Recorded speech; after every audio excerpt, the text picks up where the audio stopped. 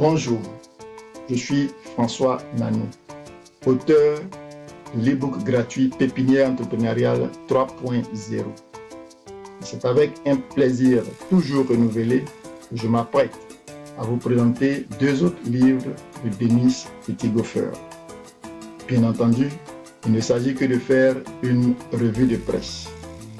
Commençons par le livre Méta-organisation, les modèles d'entreprise créateurs de valeur, paru le 1er janvier 2001 et coécrit avec Pierre Van Beneden.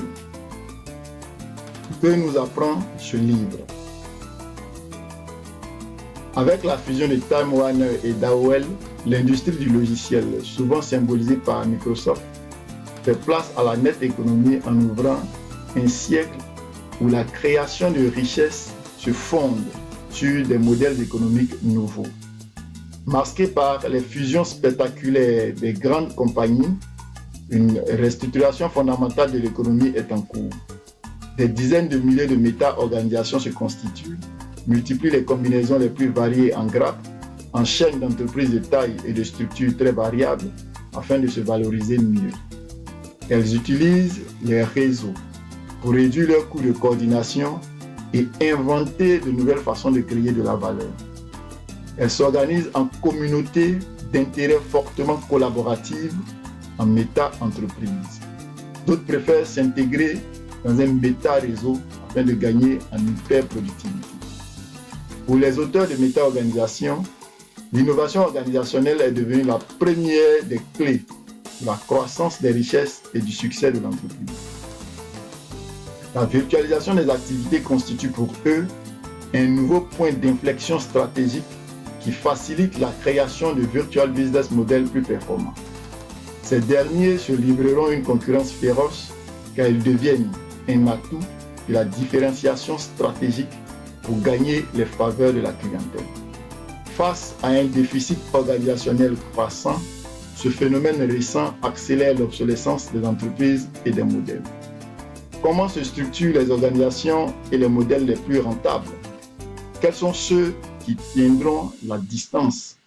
Comment tirer profit des virtual business models? Quelles seront les nouvelles stratégies du management des méta-organisations? Sont quelques-unes des nombreuses questions abordées dans cet ouvrage très documenté sur les organisations du futur.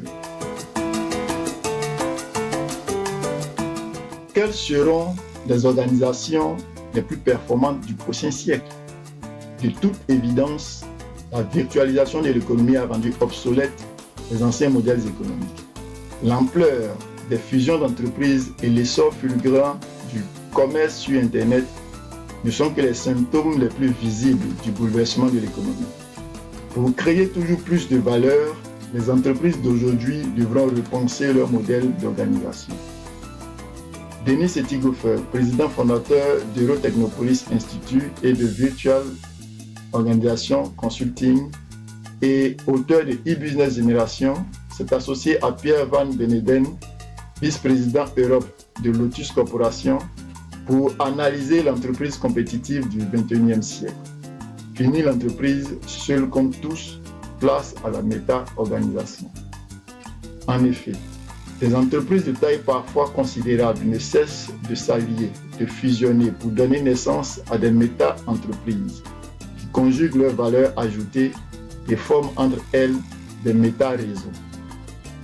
Dorénavant, l'entreprise ne se comprend plus comme une entité autonome. Elle fait partie d'une communauté virtuelle d'organisation. Dans cet ouvrage, les auteurs étudient ainsi la manière dont se forment ces communautés nées de l'Internet et entament une réflexion sur leur mode de management.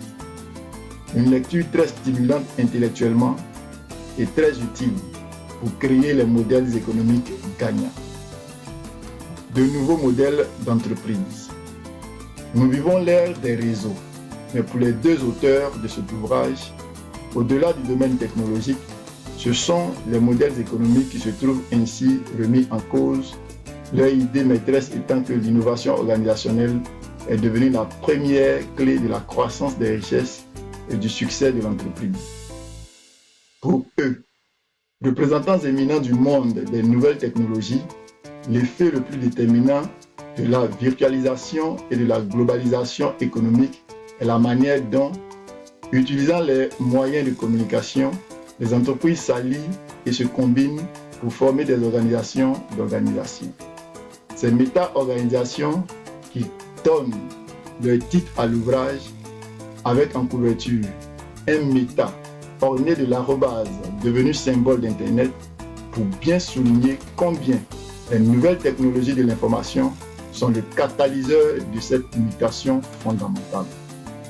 Distinguant d'une part des méta-entreprises, communautés d'intérêt donnant toutes leurs mesures dans la coopération technique ou commerciale et des méta-réseaux où prime l'intégration à des fins d'hyperproductivité, cet ouvrage offre une analyse détaillée tirant toutefois vers l'apologie de nouveaux modèles d'entreprise créateurs de valeur. Or, c'est tout l'intérêt de ce livre que de travailler à montrer qu'il faut organiser différemment les hommes et surtout comment, si l'on veut accomplir ce que promet et permet la technologie. D'où l'idée constante, reprise et développée, étayée par des dizaines d'exemples de partage, d'échanges, de communautés, d'organisations virtuelles, de réseaux collaboratifs des communautés virtuelles, page 152.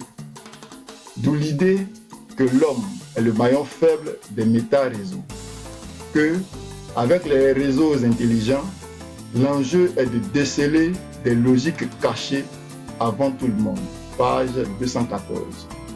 Ceci conduit les auteurs à formuler une série de conseils particulièrement précieux. Qu'on lise la page 245 sur la nouvelle conduite du dirigeant, sur la nécessité de s'éloigner des outils de pilotage traditionnels, de simplifier absolument l'organisation, de déléguer au plus près du terrain, de se mettre à l'écoute des bas bruits, de multiplier les capteurs. Le livre se conclut dans une perspective très large sur la façon dont les pays se préparent ou non à créer et attirer de nouvelles organisations. Il se finit sur la question obsédante pour tous. Combien de temps faudra-t-il pour que l'idée passe dans l'esprit des dirigeants que la compétition entre modèles organisationnels est aussi importante que la gestion économique? Mais je vous réponds en conscience que la lecture de ce livre, en prenant son temps, permet de le réduire pour ce qui nous concerne.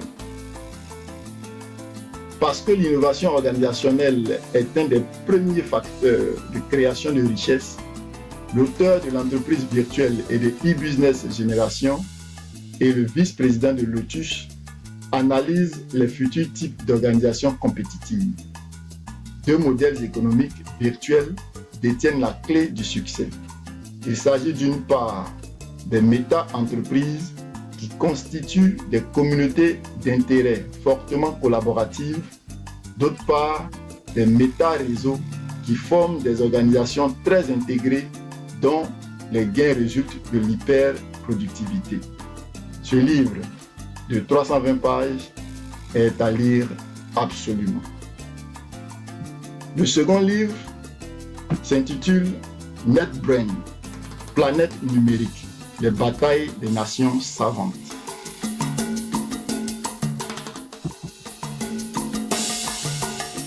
Présentation de l'éditeur. Denis C. Etighofer nous propulse sur NetBrain, planète numérique et virtuelle aux composantes étonnantes. Championne toute catégorie de la croissance ou la matière grise et les idées sont les moteurs de la compétition économique.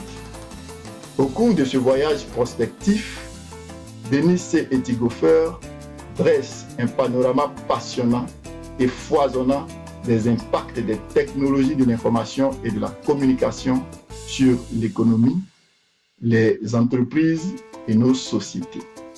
NetBrain, c'est la prophétie annoncée d'une bataille pour s'emparer des connaissances, des innovations et des savoirs, conditions clés de l'émergence d'une économie coopérative et éco-efficiente soumise aux effets du low cost. 25 ans après l'entreprise virtuelle, Denis C. Ettighofer se demande comment, parmi les autres nations savantes, la France est armée pour ces batailles qui ne seront pas moins âpres que les guerres de conquête des siècles passés. NetBrain, Planète numérique, un ouvrage incontournable sur les évolutions de l'économie du savoir dans nos sociétés. Biographie de l'auteur, consultant, ancien directeur du développement des NTIC pour Bossard Consultant. Denis C. Ettighofer est président fondateur d'Eurotechnopolis Institute, groupe Institut de gestion sociale, IGS, où il continue l'exploration prospective des cybersociétés. Je vous invite à lire avec délectation ce livre de 352 pages. Je vous remercie.